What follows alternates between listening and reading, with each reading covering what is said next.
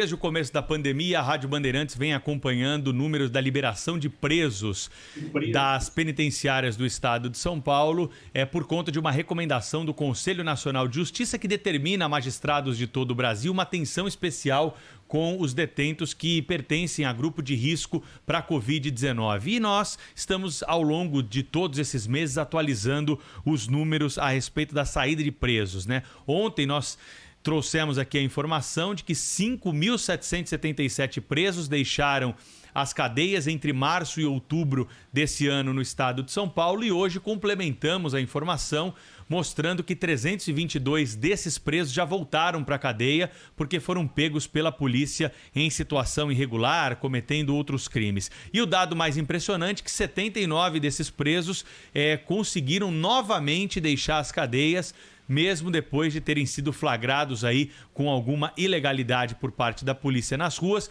no período em que deveriam estar em prisão domiciliar, e conseguiram o benefício novamente da Justiça. Quem está ao vivo conosco para repercutir esse assunto é o secretário de Administração Penitenciária aqui do Governo do Estado, Coronel Nivaldo Restivo. Coronel, obrigado por nos atender mais uma vez aqui na Rádio Bandeirantes. Como que o governo do estado está recebendo essas decisões judiciais e controlando essa entrada e saída de presos no sistema prisional, hein? Bom dia para o senhor.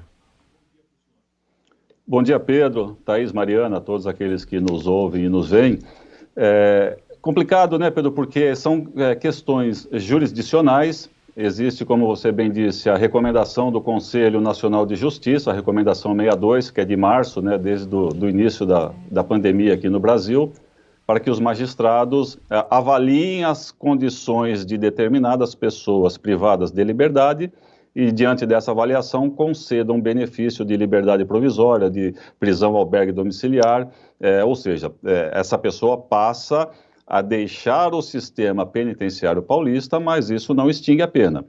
E os números são exatamente esses que você falou, desde do final de março até a presente data, quase 5.800 presos foram retirados do sistema penitenciário, e o que impressiona é que 322 deles voltaram a delinquir e voltaram a ser presos, né?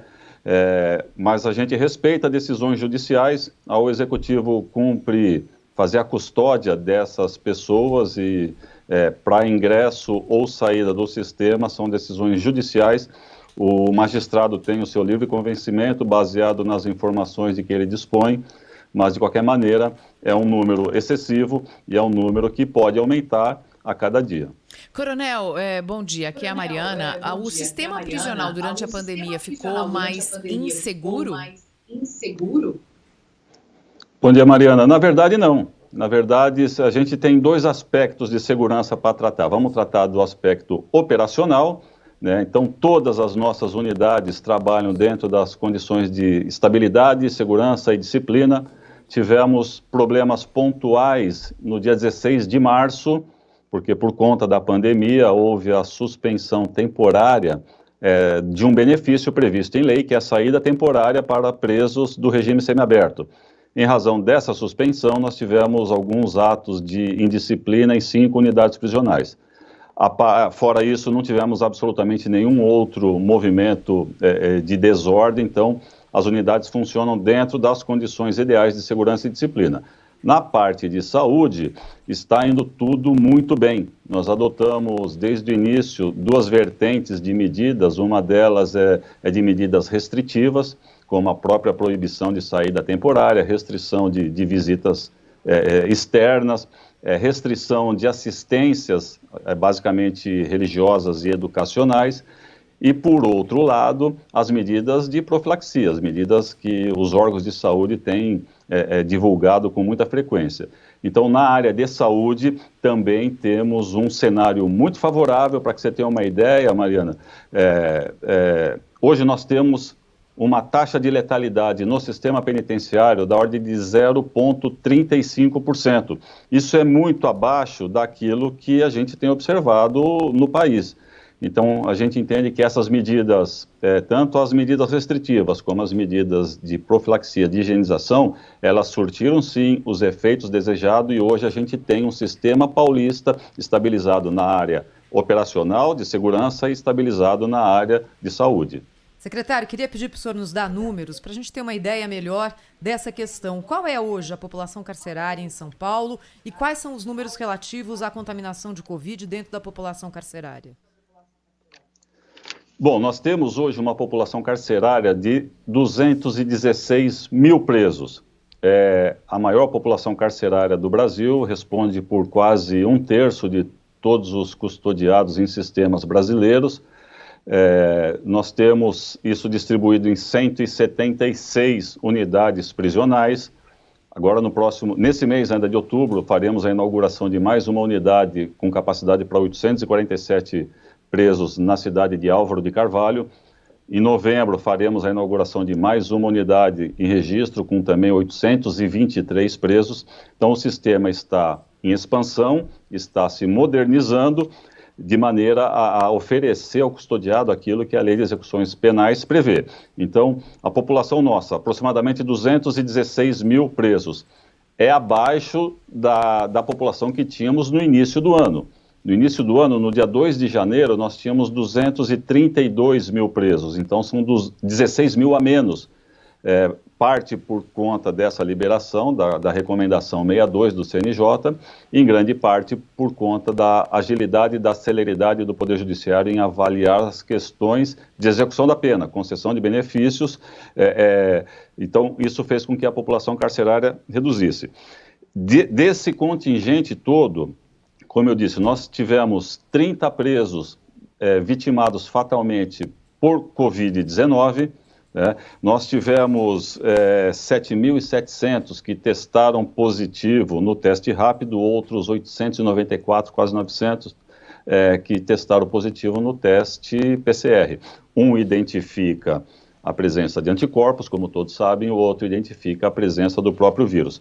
De qualquer maneira, também São Paulo tem uma testagem da ordem de 17% da população carcerária, o que também está muito acima na média nacional, que gira em torno de 10%. Pois não, Pedro? Deixa eu só te perguntar uma coisa. Esse entra e sai de preso, né? Solta e prende, não é pior? Não tem uma chance maior de levar o coronavírus para dentro do presídio e causar um problema maior dentro da unidade prisional? Isso é muito correto, Pedro. O seu raciocínio está perfeito.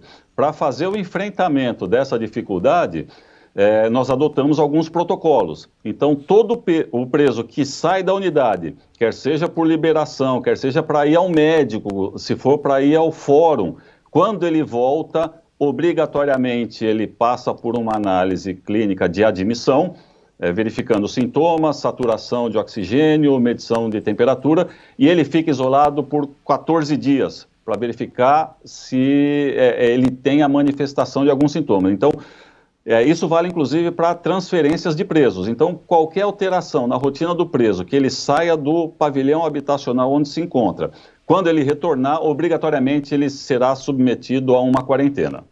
Coronel Nivaldo Restivo, secretário de Administração Penitenciária de São Paulo, conversando com a gente aqui ao vivo no Jornal Gente, na Rádio Bandeirantes. Secretário, eu gostaria de saber o seguinte, a população tem uma impressão a respeito dessa relação polícia prende, justiça solta. O senhor, no cargo de secretário de Administração Penitenciária, se sente também frustrado quando vê que os presos que foram soltos por causa da pandemia voltam a cometer crimes e voltam a ser soltos novamente?